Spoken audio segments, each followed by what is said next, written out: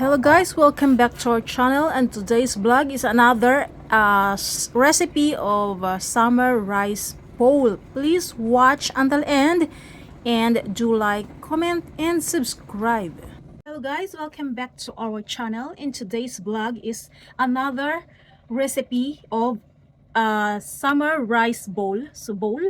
And our ingredients is summer, which is yan, cucumber, and summer veggies from my garden or Chinese basil from my garden. Dinamihan ko na guys kasi na-ditin kami nung nakaraan. Mahilig din kasi ang mga anak ko dyan. So alam nyo kung ano yung rate nila sa last na rice bowl ko? 10/10. Pareho silang dalawa, 10/10. Sobrang nakakatuwa. So yun, ating ingredients dito is itlog ng isda or tarako. Tarako, meaning to say itlog ng isda. Pag sinabing ko, anak.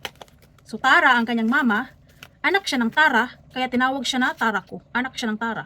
So ito ay fresh, preserved with salt. So salty siya, so good for summer siya. And another again, we use this umeboshi or Japanese salted salted Japanese plum. So another this one. So ito yung magbibigay kasi ng extraordinary na lasa. So yun guys, plus this one. Napaka-perfect ng combination. At this time, gagamit po tayo guys ng mayonnaise. Mamaya natin gagamitin yan. And for another extra ingredients, I use crab meat. This is not real. Ito ay imitation lang siya. So gamit tayo ng crab meat. So yan guys. And yun, let's prepare the ingredients while naghihintay ako na maluto yung aking kanin. And first is, ito ang gagawin. As usual, katulad sa aking ginawa, ito pala, unahin ko para mabawasan yung aking gamit. So ilagay natin siya sa isang bowl. At ito ay ating gupitin. Gupitin natin siya para siya ay easy to eat. So yan, fresh po ta siya. Hindi siya nakaranas ng luto, guys. So yun, para bang sa atin is meron tayong alamang, bagoong, pero ito siya hindi siya mabaho na uri ng pag-preserve. So yun. Tapos on that part is diyan natin ilalagay yung mayonnaise. So yan. Ang mayonnaise naman is magbabalance naman siya ng lasa and add a creamy taste. So yun.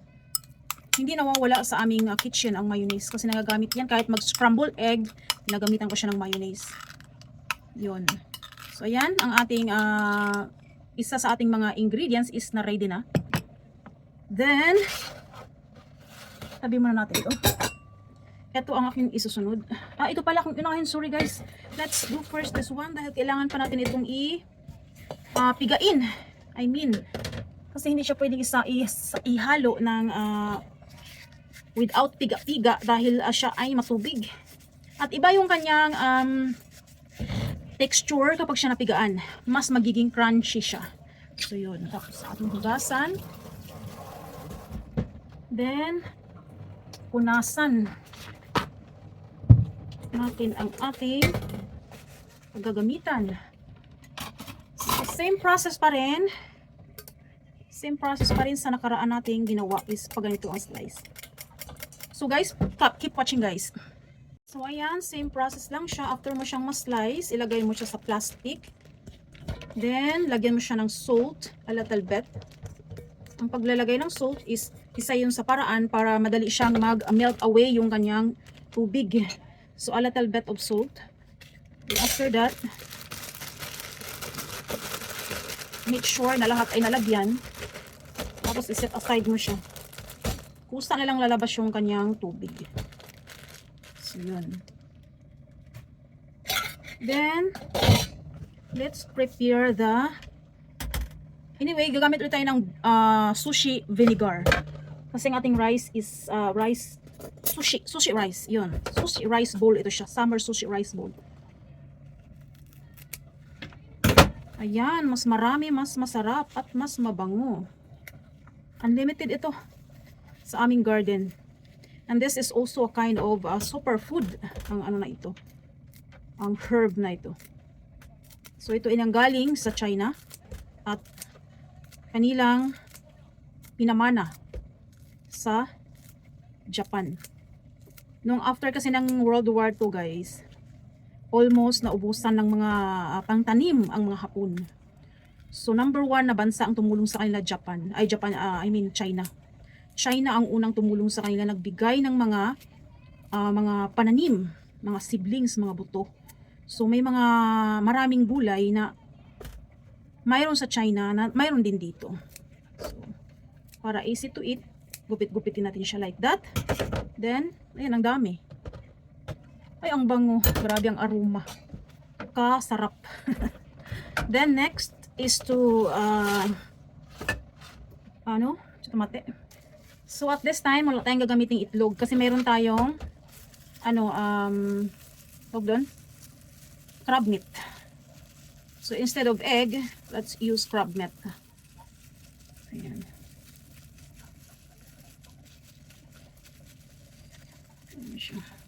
So yan. Okay? Then same as last ating recipe, is tanggalan natin ng buto yung ating salted Japanese plum or omiboshi. Omiboshi. Napaka ito, whole year ito na mayroon sa supermarket. Pero isa ito sa kanilang binibigyan ng pansin or ginagawang importanteng pagkain during summer ang omiboshi na ito. Kasi maganda ito siya sa katawan, pang dehydrated. Yun. Kasi di ba pinapawisan tayo, so everyday kakain ka ng ganito is hindi ka ma-heat stroke. At kailangan din kasi pag summer guys, ang dugo mo is hindi malapot. So dapat yung mga pagkain mo ay hindi pampalapot sa dugo, kundi pang sara-sara kasi nasa isip ko eh. So hindi malapot. So yun, ating nai-prepare na ang mga ingredients. Ano ba itong samok ni mo? Dambuhala na anak ko.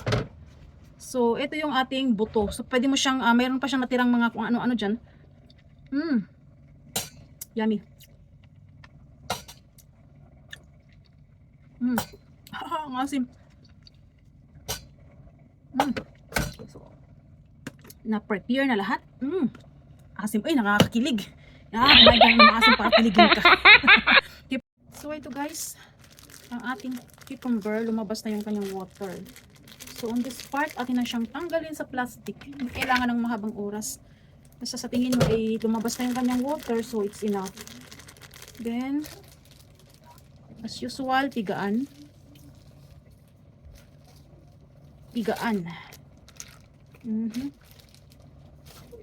Then ilagay natin siya sa isang bowl.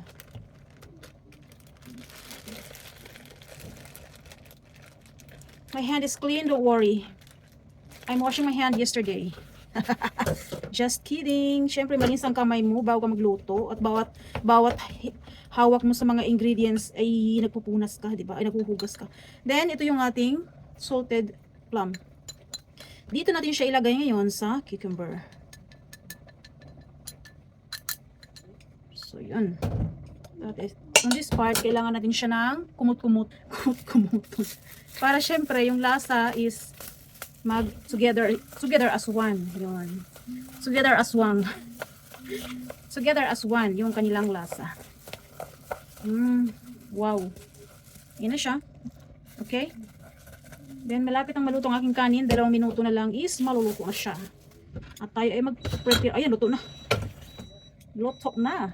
So let's prepare the rice. So yan, another 1.5 na or 150 gram.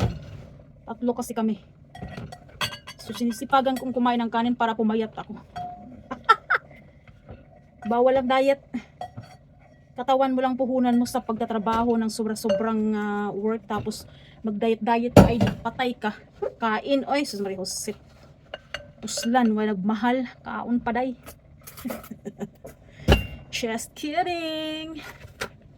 Once a day lang naman ako kumakain ng rice. So yun. Kasi mahirap din masyadong mataba. Mahirap gumalaw sa trabaho pag sobrang mataba.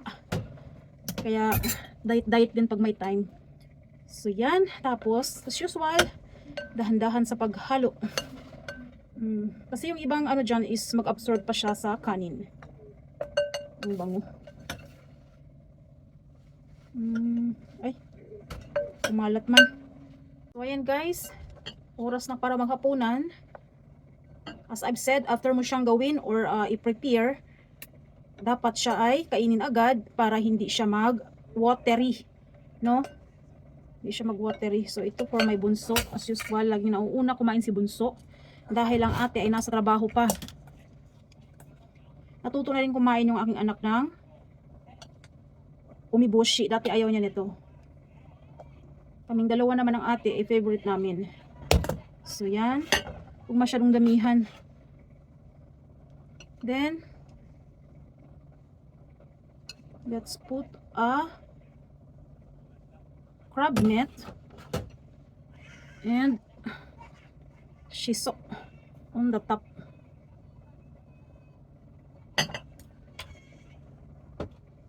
And on this top, dito natin ilagay ngayon ang ating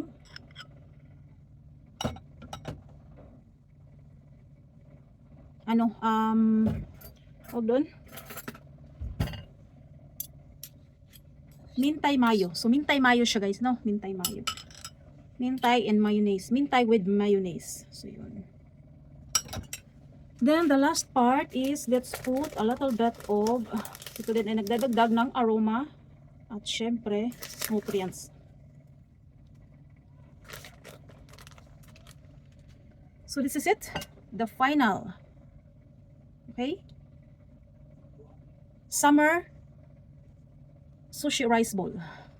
Okay, thanks for watching guys. I hope you like it, and please do like, comment, subscribe, and share to your notification. So bye until here. Thanks for watching.